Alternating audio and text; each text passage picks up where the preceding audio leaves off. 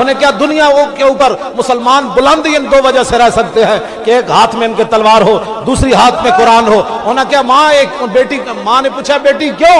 فرمایا قرآن اس لیے تاکہ تلوار کو ظلم پر نہ چلنے دے، اور تلوار اس لیے تاکہ قرآن کا راستہ صاف کرے۔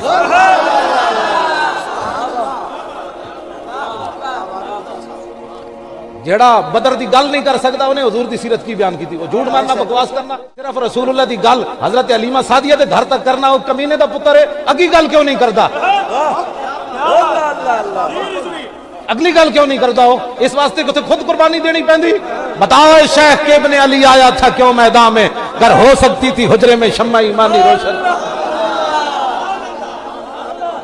جیڑا بدر دا نام نہیں لیندا ڈر کے جی ہم درود والے ہیں، میں نے کہا درود کی جگہ ہم درود پڑھتے ہیں، لیکن جب بارود کی بات آئے تو محمد عربی کی تلوار کی بھی بات کرتے ہیں۔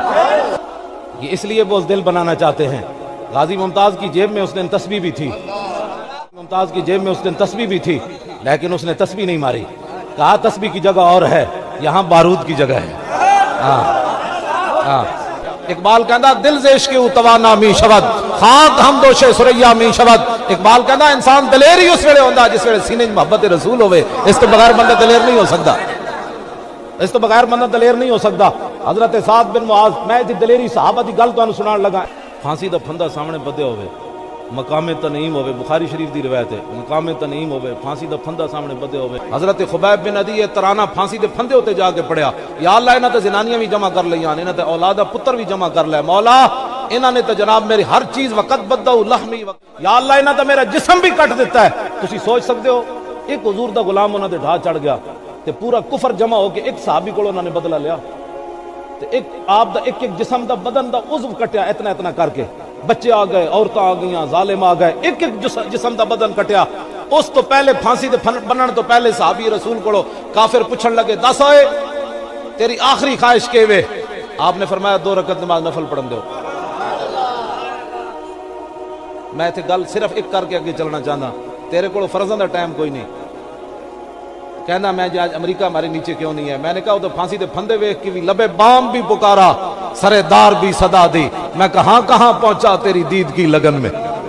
اور فیض احمد فیض نے شعر اتنا بڑا کیا، انہیں کیا مقام فیض کوئی راہ میں جچا ہی نہیں، جو کوئے یار سے نکلے تو سوئے دار چلے۔ بس ایک وہ کہنا راہ تے کوئی جگہ دل لان والی ایسی کوئی نہیں، جے صحابی کوئے یار سے نکلے تو سوئے دار چلے۔